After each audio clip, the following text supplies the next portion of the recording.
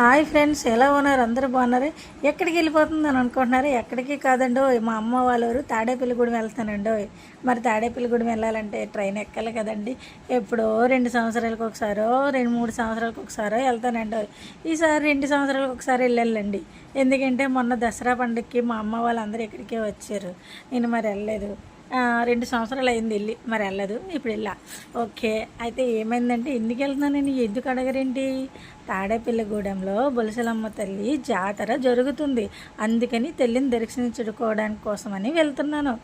ఇగోండి ఈవిడేనండోయ్ మన అమ్మవారి తల్లి బొలసలమ్మ తల్లి అండోయ్. ఆరోగ్యాలు అందరినీ బాగా దీవిస్తుంది తల్లి అండోయ్. ఆ రోజు ఈవినింగ్ అయిపోయిందండి. ఈవినింగ్ రెడీ అయ్యి అప్పుడు జ్యోతి ఊరేగింపులో నేను జాయిన్ అయ్యానండి.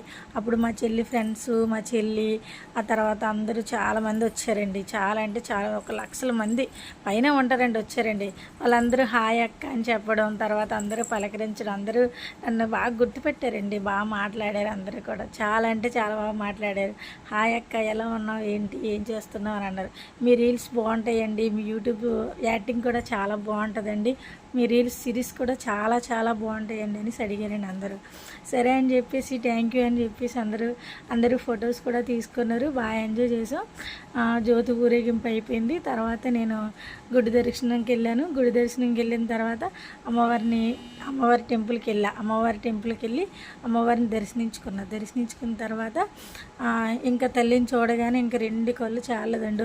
ఎంత అందంగా అలంకరించారంటే అసలు బాబోయ్, అసలు చూడలేకపోయారండి, అంత అందంగా అలంకరించారండి.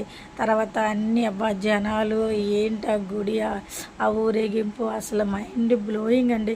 నా చిన్నప్పటి నుంచి ఎప్పుడు నేను చూడలేదండి ఎంత అందంగా ఊరేగింపు, ఎంత అందంగా చూపించడం నేను ఎప్పుడు చూడలేదండి. 12 సంవత్సరాల తర్వాత ఒకసారి అంటే ఈ జాతర జరిగిందండి. కానీ చిన్నప్పటి నుంచి ఎప్పుడు ఇలా జరగలేదు, ఇదే ఫస్ట్ టైం అండి. ఎంత అందంగా, ఎంత బాగా చూపిస్తున్నాను. లైక్ చేసి ఫాలో కొట్టండి.